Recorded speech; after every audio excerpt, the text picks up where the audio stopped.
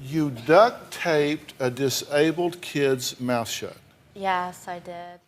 10 most out of control Dr. Phil guests. This just got physical. But before we begin, we hope to see you stay until the end, as you won't want to miss what we have to show you in today's video.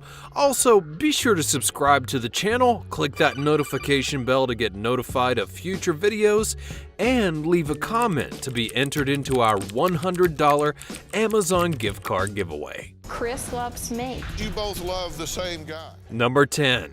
The Love Triangle. Now, both in love with the same man, Eileen and Sandy would eventually find themselves at a crossroads.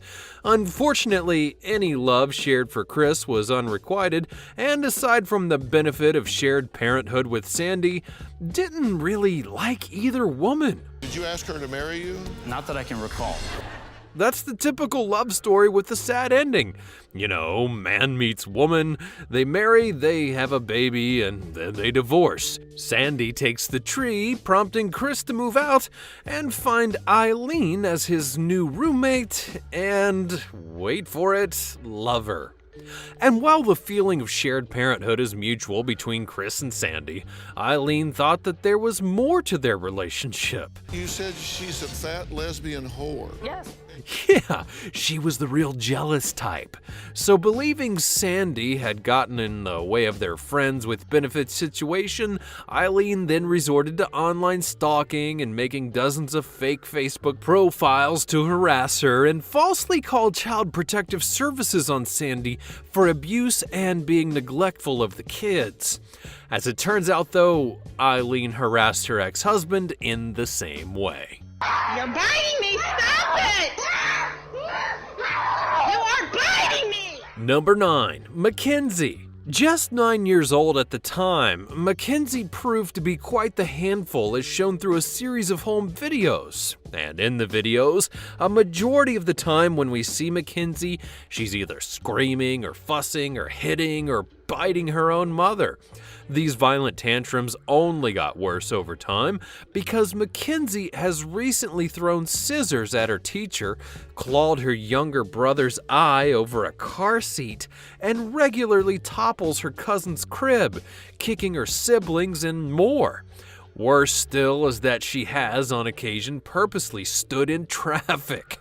Despite undergoing quote-unquote professional treatment for her disturbing behavioral tendencies, medical and psychiatric, there hasn't been much help. But by the end of it, Dr. Phil figured the problem stemmed from the parents' way of raising Mackenzie, or rather a lack thereof. I am the beautiful vegan messiah. Number 8. Vegan Hans, aka the sexy vegan. Now, it's important to show love and support toward your own family, but we strongly feel that this one was an exception. One of the more perplexing characters mentioned in this video is Sexy Vegan, also known as Vegan Hans or Vegan Messiah, who often enjoys comparing himself to a Lamborghini SV. I wear a Speedo-esque outfit, and I'm exotic like a Lamborghini SV. Has his own name repeatedly tattooed all over his body, and can almost always be seen wearing a Speedo in the streets. And he's also been arrested a staggering 15 times, racking up more than $80,000 in legal fees for his mother. On the other hand, though, he also makes his out-of-control appearance on Dr. Phil a memorable one when he introduces himself with his own theme song, berates his mother on national television for not sharing his father's inheritance, and then attempts to convince us that he is too good-looking. I got 9.9 out of 10 after 327 women rated me. Let's see your talent. Let's see your talent, you ugly piece of and way too talented to be working a regular 9 to 5.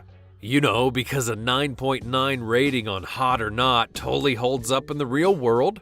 Also, we doubt that it's true, and he does all of this before finally being escorted off the stage by security. What I don't like about you is the way that you treat me, the way that sometimes you act like I just don't exist. Number 7. Noah. In a segment from the short-lived Dr. Phil House Brat Camp series, one shocking moment comes from an interaction between 10-year-old Noah and his mother, Wendy. Understandably, the family had just gotten over a loss 3 years before, which might explain Noah's crude behavior and constantly getting in trouble at school, mostly for fighting, once even with the principal. Now, additionally, Noah's accused his own mother of being abusive and called Child Protective Services several times. More accusations from Noah come flying out during filming, prompting him to cuss out and slap his own mother. Let me speak! How does that feel? How does that feel? Do not. Talk about a shock. You duct taped a disabled kid's mouth shut. Yes, I did. What the hell are you thinking? Number 6. Courtney. Everyone has a trigger, that point of rage. And for some, it takes a lot to get on their nerves. But if you so much as breathe around Courtney, you might end up being sorry.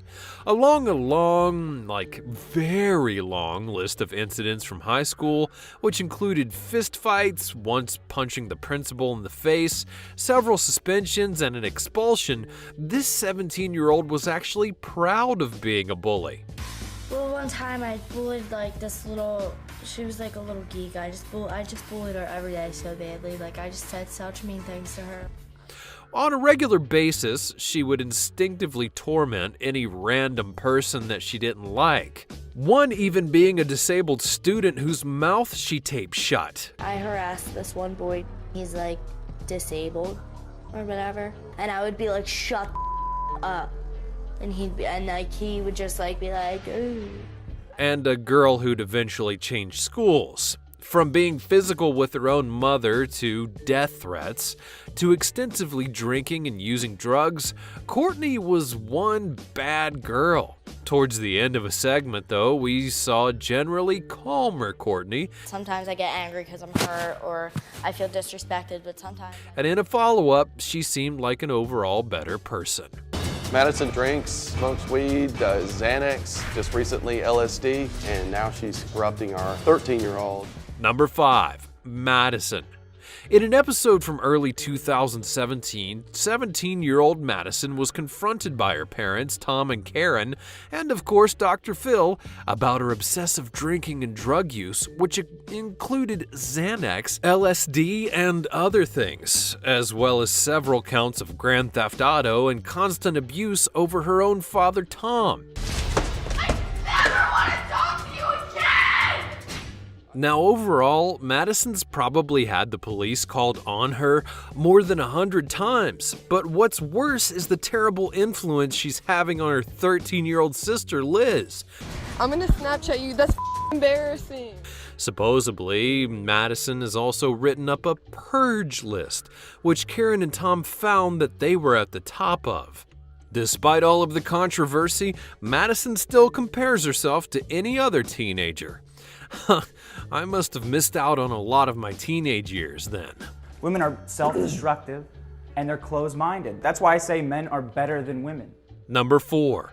Dick Masterson. Now, there's never been a name that fits a personality so well. As male chauvinist, Dick genuinely believes that men are better in every way, practically dehumanizing women. Dr. Phil brought on this mess in hopes of opening his eyes that neither sex is better or worse. Instead, the majority of the episode would feature a compilation of yelling and booing and nonstop arguments between him and the audience. And when that wasn't happening, he'd promote his book, his podcast, or even his website.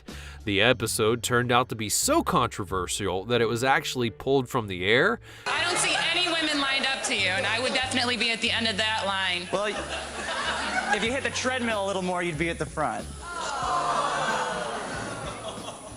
What was that?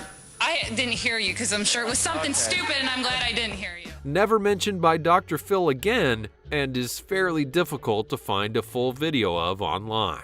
She says to get big boobs and to have a lot of sex because if you don't, that your loved one will end up leaving you. Number 3. Mary Ann. So let's say you go to a strip club about 15 years ago and then you finally tell your wife. 15 years later. What's the logical reaction? Well, it probably wasn't this. Obsessive changes to her body. Cutting her hair, dyeing her hair, getting a large back tattoo, started drinking, getting plastic surgery. She's really freaking out. She's way obsessive over it. Every day. Understandably, Dr. Phil guest Marianne felt betrayed and unappreciated following the news her husband had given, eventually leading to self-doubt about her own appearance. So, naturally, tramp stamps, alcohol, and stripper poles in the living room were only the beginning for this mom when she also decided to get breast implants as well. It's really bad though when you talk your own 19-year-old daughter into getting a boob job, and that's to keep her boyfriend around. She'd have to sleep with him constantly. In her mind, Marianne was in a bad spot, believing that men only ever want a pretty face. Our 12-year-old daughter, Ineska, looks very cute and innocent, but she holds our whole family in a constant state of crisis. Number 2. Ineska. Appearing in a 2016 episode of Dr. Phil, 12-year-old Ineska and her parents were brought onto the show to discuss her rather aggressive tendencies, to put it lightly.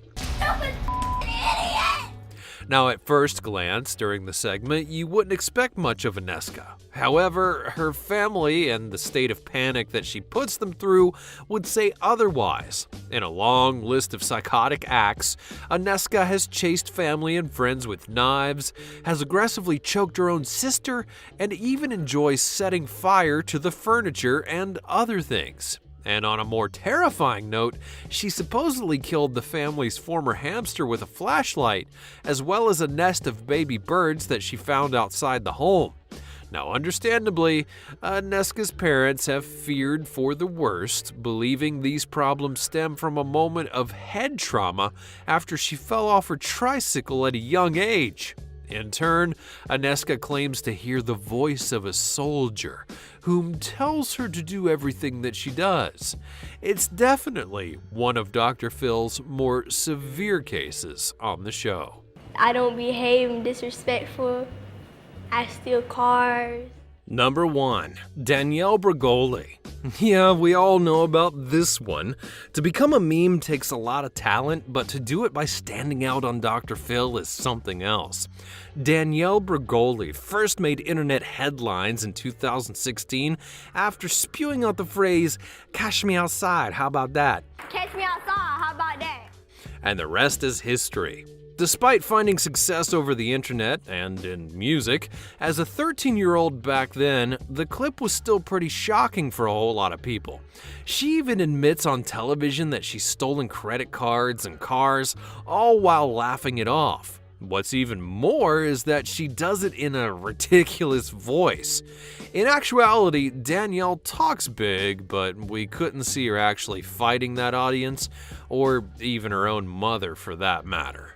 I mean, come on. You're too lazy to talk coherently, you're certainly not gonna win a fight. And with that being said, it concludes 10 of Dr. Phil's most out-of-control guests. Feel free to comment down below what you thought about today's video and leave a like.